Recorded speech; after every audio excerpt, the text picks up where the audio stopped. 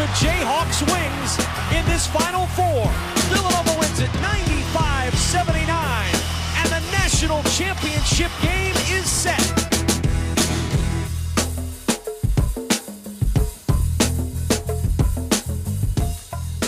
Well, hello there. What's going on, everybody? Welcome into First Take. Hope you all had a wonderful holiday weekend. The guys in the building, even through the snow. Max Kellerman, Stephen A. Smith. Hey. How are we? How you doing? I don't know. Everything's all right? I was in L.A. The sun was shining. Everything was good. It was supposed to be spring. Welcome to the miserable weather like the rest of us. Guess who else is with us? Jay Williams joining us from San Antonio for tonight's national championship game between Michigan and Villanova. Jay Will, what's going on? I'm feeling great, Molly. I see the light. Yes. I see the light. I see my ties and I see the beach. You know what I mean? I say? I feel you. You know I feel you. Let's go. I'm glad he took that hat off, though, that he had on earlier and get up.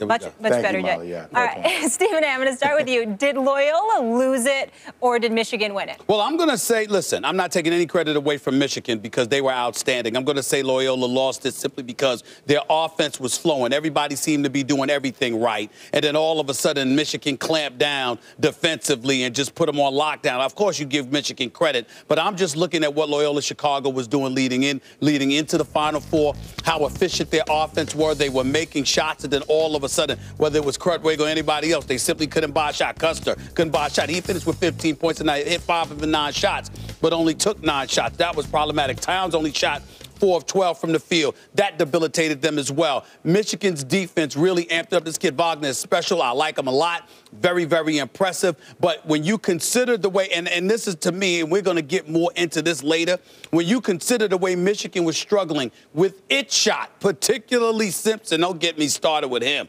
and 0 for 0 starting 26 minutes, couldn't buy a basket to save his life. Those kind of things, when you consider the way he was playing, the way Abdul Rahman was balling, and he got, 2 for 11 from the field or whatever. But you rolled that R. I know. You rolled that R. So you got to do it. This is what you do. I was very impressed by that. When you talk to, I got a bunch of fellas that are Muslims or a bunch of friends of mine, and I know how to pronounce those things. That's how that's how they pronounce their name. Yes. But that's neither here nor there. At the end of the day, what it comes down to is this: Michigan's defense clamped down, but Loyola Chicago wasn't as efficient offensively as they had been throughout the game. I think Michigan clearly won this game. Give Loyola all the credit for playing over their heads really early. But there's an old expression, class tells over time. Class tells, and that's what we saw. Michigan was a little thrown by that, shifty zone they were using, and eventually Wagner figured out, pass out of the zone and pass out of the double team. And as soon as he started doing that in the second half, it was a wrap. You saw Michigan was clearly the better team, and I think more than anything, it was their adjustment to Loyola's defense.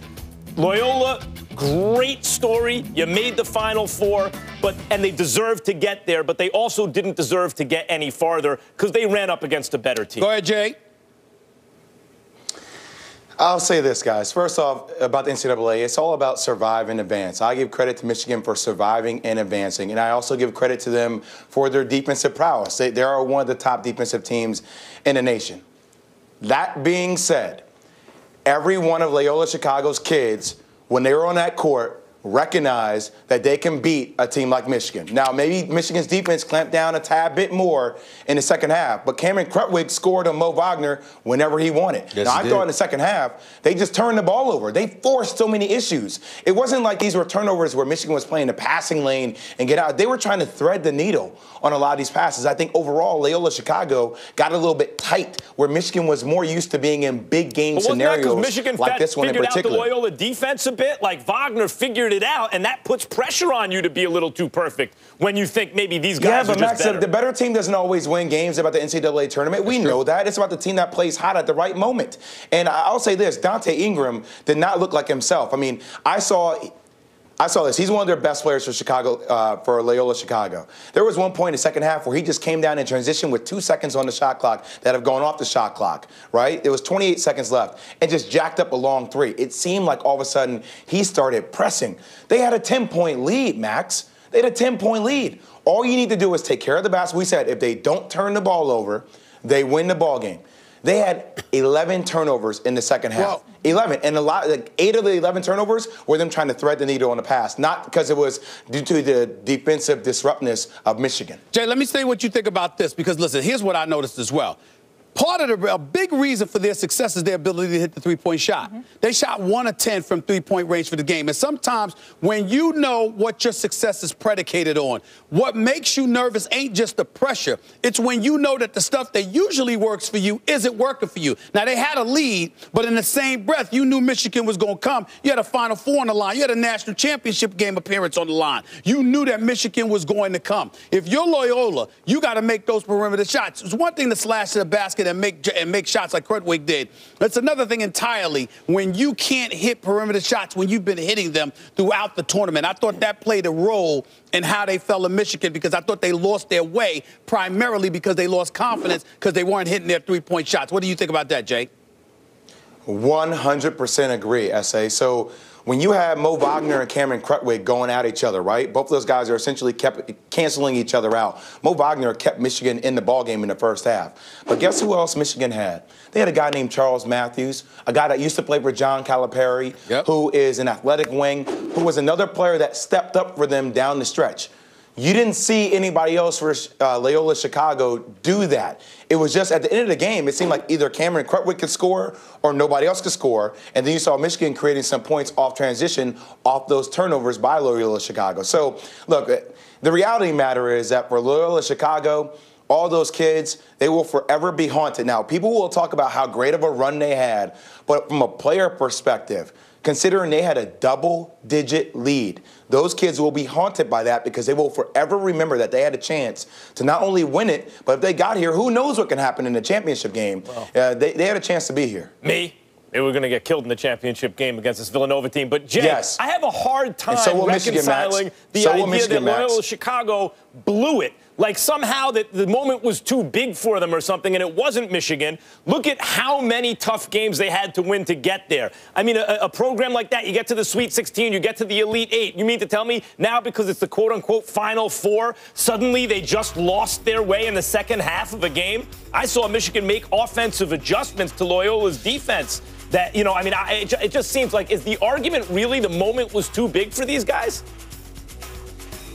Well, I didn't say that they blew it. I said that they had it, Max. And yes, this does happen in the game of basketball. Sometimes you do get tight. Sometimes when you do find that rhythm and all of a sudden things start to go wrong, you try to revert back to, hey, who were we before this moment? And they didn't have any other answers. Now, I did say at the beginning of this, a byproduct of that is due to Michigan's defense. But at the same time, it's not like Xavier Simpson and Abdul Rahman were playing incredible defense. It's not like this whole team, like Michigan should have won this game by 25. Are you kidding me? With their personnel on the court, seeing the way that Loyola Chicago didn't shoot the ball well in the second half. Like, so look, I take all this into consideration. And once again, I give Michigan credit for winning the ball game. Their defense did come through at the end. But if you're Loyola Chicago, you're sitting there saying, we played with these dudes. We just got tight at the wrong time. And we didn't have the right kind of leadership from a guard perspective to get us out of that hump, because the only answer we had offensively was Cameron Krutwig, who was our freshman low-post threat. Yep. That's it. That's all they had. All right, so now Big Blue's in it. Before we get into Kansas-Villanova, Steve, I just got to ask you, are you happy? You wanted the powerhouse program. Well, I'm very happy. You got it. You got your wish. I'm happy now too. you can be all fired up. Sister Jean, it was very, very nice. Listen, it was very, very, very nice seeing her. God bless her wonderful self. I said a lot of Hail Marys to get to this point. But here's the deal. I have to be, I'm trying to be as respectful and real as I possibly can be. I love Sister Jean. Love her. Wonderful woman. That is not what I want to see the storyline to be for the national championship game. I don't want, I'm not interested in that. I want to see these two monsters going up against one another for a national championship on the line, and that's what we're getting. You think it's two monsters? To me, it looks like Villanova. I'm just saying. Big Ten. Who Molly took from the beginning. One monster. I took after the one monster. I got it. As soon as y'all know what I'm trying to say. Michigan, Villanova. It's more interesting. Villanova's going to be a big favorite. I'd rather see them a big favorite against a Cinderella than a blue blood. I don't want no damn Cinderella in the national championship. I'm not clamping my feet, okay? I don't care about that. Guys, before we get into it, though, what could Kansas have done differently, Stephen A? What could Kansas have done differently against Villanova? Because a lot of people thought that they were going to win it. Are you ready for this? Yeah. Absolutely nothing. Right. Villanova was hitting shots from everywhere. Listen, DiVincenzo comes off the bench and drops 15. That brother can play. He can play. I ain't bringing Brunson and Bridges and Booth and Pascal was just all over the place. I'm like, Lord have mercy. We even get to Spellman. Villanova's top 6. They're loaded. They're loaded. And this is the thing about it. They literally can put 4 guys on the court at the time, if not 5. All 3-point threats. So Kansas, I felt bad for them because, listen, before they had a chance to pass gas, it was over. Yeah. It was over. Just like that. Wire to wire. Do you always have to use the pass gas Well, it's the truth. It's just the truth. It's just just a lot for me. You get a lot of siblings, you know, so. Oh Stephen A., this whole thing starts off with matchups, right? And I will say this about Villanova. They're like the Golden State Warriors of college basketball. When you have Omari Spellman made the first 4 threes of the ballgame. You know why? Because regardless of whatever Kansas did, their personnel didn't match up. Udoka Azubuike is he's a big-time low-post threat. Right now, there were a lot of storylines going into the tournament about his mom coming back from Nigeria. First time they're going to get a chance to watch him play in 6 years. All those storylines were tremendous. But what's a natural place that a big guy reverts back to every time he's running down the court in transition? Think about it, from the day you're a young kid, when you teach young post threats. Hey, big guys, you got to come back. You got to protect the rim. That's right. Protect the rim. Well, in the new age of college basketball, with the collegiate version of the Golden State Warriors, you have a guy named Omari Spellman who came out and made the first 3 threes of the game, first 4 threes of the game. So that opens up the defense. And when they start making shots like that, man, I mean, a record-setting 11 threes in the first half, it didn't matter what KU did. They couldn't stay with that. Jay, to me, the key to knowing that Nova was going to win this game, and I would just hate to have to play Nova, coach a team to have to play Nova right now, job that Jay Wright's done. It was the Texas Tech game. You know, on a night where no shots were falling, they had to kind of change their style, crash the boards, and still won a game like that. How do you beat this team right now? I referenced earlier on the jump this morning, they were asking in a hot take machine, you know, could this be one of the all-time great teams? And while on paper you don't say yes, the environment that exists now with all these one-and-dones, if you have a great coach, which they do, who coaches up, even if it's not prime-time NBA talent, maybe a couple rotation pieces, kids who stick around 2, 3+ years, they just have an advantage over every team. They can shoot the lights out and then crash the boards when on nights it's not falling. How do you beat these guys? Look, St. John's, out of all the teams that beat them, St. John's beat them. And I think St. John's did it because it was an off-night shooting. Off-nights do occur. But the reality of the matter is, Max, when you got a guy like Jalen Brunson, now look, Keenan Evans for Texas Tech is around 6'3.5", 6'4". All right? They were running double teams off Jalen Brunson because Jalen Brunson was posting Keenan Evans up. Jalen Brunson's 6'3", right? But he's still a smaller guard. So I think it's the versatility of the pieces that they have. And the beautiful part about this squad is that if one night Jalen Brunson doesn't do it, Dante DiVincenzo comes off the bench, gives you 19 points. Yep. If Omari Spellman doesn't do it, Eric Pascal is still making shots from 30+ feet out. They have so many. And by the way, Mikal Bridges will be a top 15 NBA draft pick. He will be a lottery pick. Omari Spellman, his trajectory is like this as far as NBA draft. He can ball. So and Jalen Brunson will be a 15-year NBA type guy.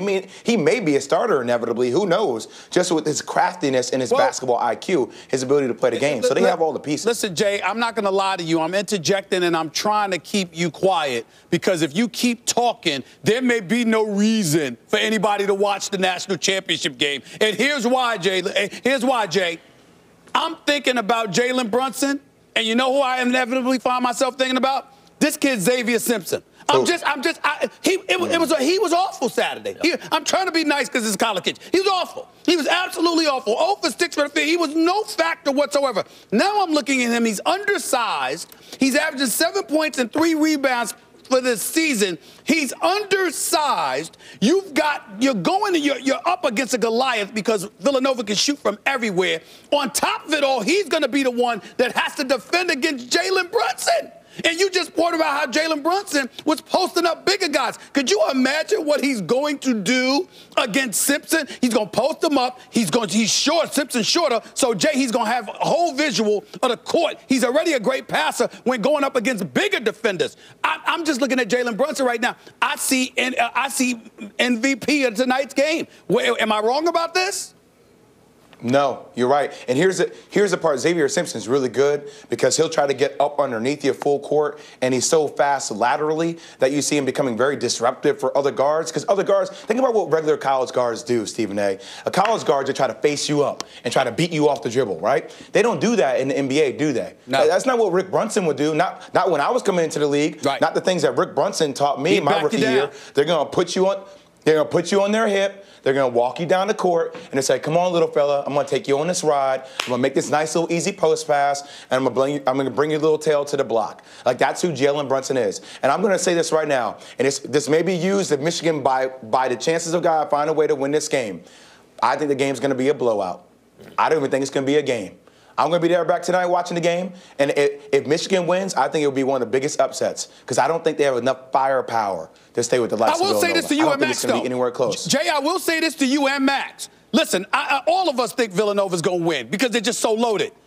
But this is college basketball. As you said earlier, the best team doesn't always win. Well, you know what? And after one game in college basketball, I mean, if Michigan's got nothing to lose tonight, guys. But you know, because nobody's expecting them to win. I got to say this: as much criticism as the committee gets, and every year we figure out ways to early on. Right. There's a reason that this is the first time a 16 beat a 1. There's a reason that you see chalk, chalk, chalk. By this time, they largely get it right. I don't know. The way Villanova looks, I know we say it's one game, anything can happen. This would be, I don't know, Jazz, see what you think about this. I don't know if it'll be seen this way historically because you hear Michigan, right? But I think this would be a monster upset if Michigan were to beat Villanova, like a monster upset. I agree. And unfortunately, it may not be seen that way if Michigan actually gets it done. In history, it may not be seen that way. Jay, quick question for you. What do you think was the biggest factor with Villanova, Kansas? Was it Villanova hitting those shots, or was it the fact that Kansas might have emptied their bullets the week before having that big matchup in the Elite Eight against Duke? No, I think it was the former rather than the latter. Okay. And I said it off the top of the show. It's the fact that KU, they play throughout Udoka Azubuike. He's their 6'10", 275-pound big man down low that gives you buckets. You could not play him in that ballgame. And KU was forced to trade threes with the likes of Villanova. Amari Spellman was the difference in that ball game. And look, when you get blitz 12-0 right from the bat, and then you recognize that your low post advantage can't be an advantage because he's never in the block, he's on the perimeter, you have to change up the entire scheme of your game. That's why you saw KU go to zone. I haven't seen KU play a lot of zone this year. They're a man-to-man, hard-nosed defensive team. They just couldn't match up personnel-wise. Jay, do you think if Villanova wins that Jay Wright has shown the best way to do it? I mean, if they win, that's 2 in 3 years. That's better than anybody else right now, better than Coach K, better than anyone, better than Calipari, better than anyone. Does that sort of a new blueprint, hey, it's not just about the top recruiting class, the kind of kids you recruit should be different, don't just look for the one and dones. Does this change things if they do win in a blowout? I think it starts to change the guard a lot because you start to recognize that this guy has developed talent. And look, he has a McDonald's All-American coming in next year, a kid named Javon Quinterly from New Jersey, very talented guard. Jalen Brunson leaves. He will probably replace Jalen Brunson, but he's a fundamentally sound kid. And these are kids. Amari Spellman last year set out, but he worked on his game. Now we're seeing him blossom. Mikal Bridges 2 years ago wasn't the most dynamic player. We're seeing this skill development because guys are able to stay around. And it's different than, when we say one and done, we're only talking about 2 teams, guys. Right. We're talking about Duke and Kentucky, and I recognize that. But the skill development of what Jay Wright does, that's next level. All right. Villanova, this could potentially be their second title in 3 years. Obviously, Michigan hasn't won one since '89. Guys, Villanova favored by 6.5, so we're all picking Villanova Jay Wright, here. the man right now. Well, he is. Villanova it is. Everyone picking? Yeah, of course. How can you pick against Villanova? For by 10 or more, Molly. By 10 or more. By 10 or more. You know what the most interesting question is? What?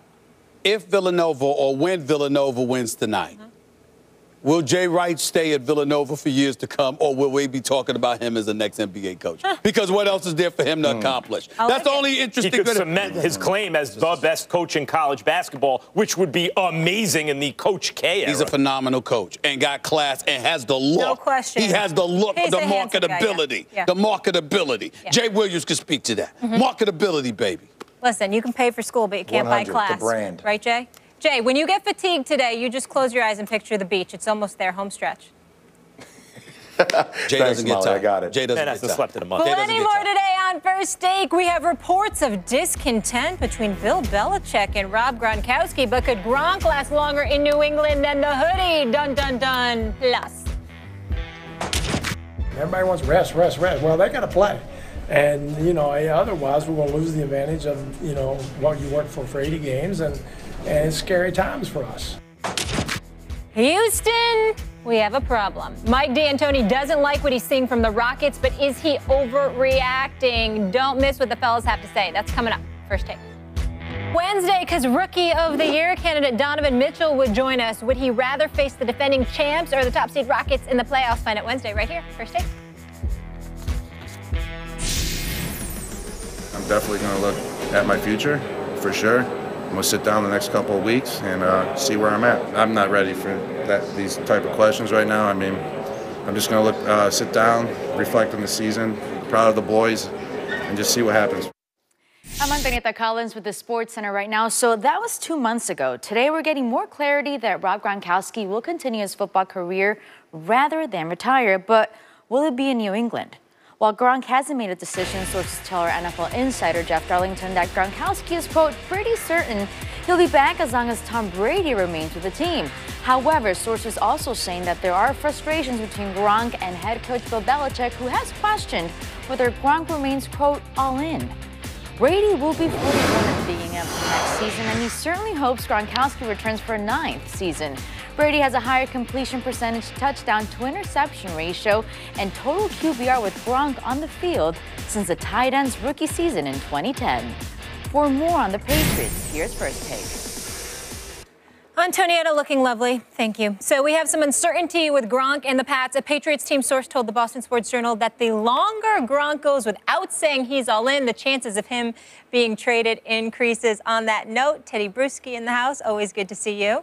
Good to be here, Molly. But I'm starting with him because I think he's got a little bone to pick here. So the way the season ended, Malcolm Butler, the situation, you didn't like how it was handled. Now rumors they might move on from Gronk. I can't believe I'm asking this question.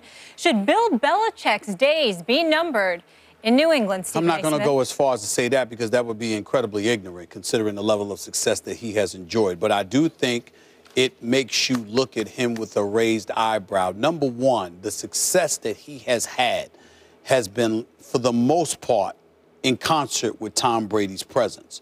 Once Tom Brady is gone, what do you have? We don't know. We look at Bill Belichick, and there have been many, many occasions, Teddy Bruschi, and I'm sorry if I sound sacrilegious in uttering such things, but this man was a champion as a defensive coordinator. There have been times when New England's defense hasn't been elite.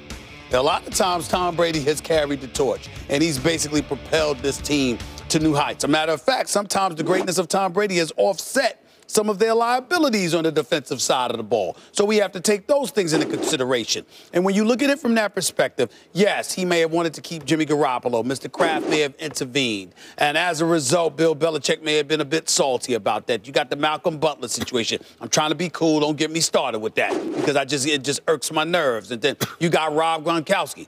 He didn't sit up there and allude to, according to the reports, he didn't allude to staying in the event that as long as Bill Belichick is here. He said, I'll stick around as long as Tom Brady is here. Yeah. And so when we look at it from that perspective. That's the same thing. That's a shot at Belichick. Well, yeah, that's what I'm saying. My point is that he's taking the shot basically at Bill Belichick. And I'm like, why Belichick now? Why are all these things happening now? It's happening now because, as I said at the time, Robert Kraft, who's been a top-rate owner of a franchise, picked the wrong moment to start interfering with the decisions of the greatest GM and coach in the history of football on any level, Bill Belichick.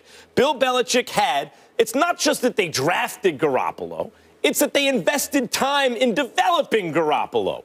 I mean, it's not just identifying talent, it's developing that talent. That's a sunk cost once you go trade the guy.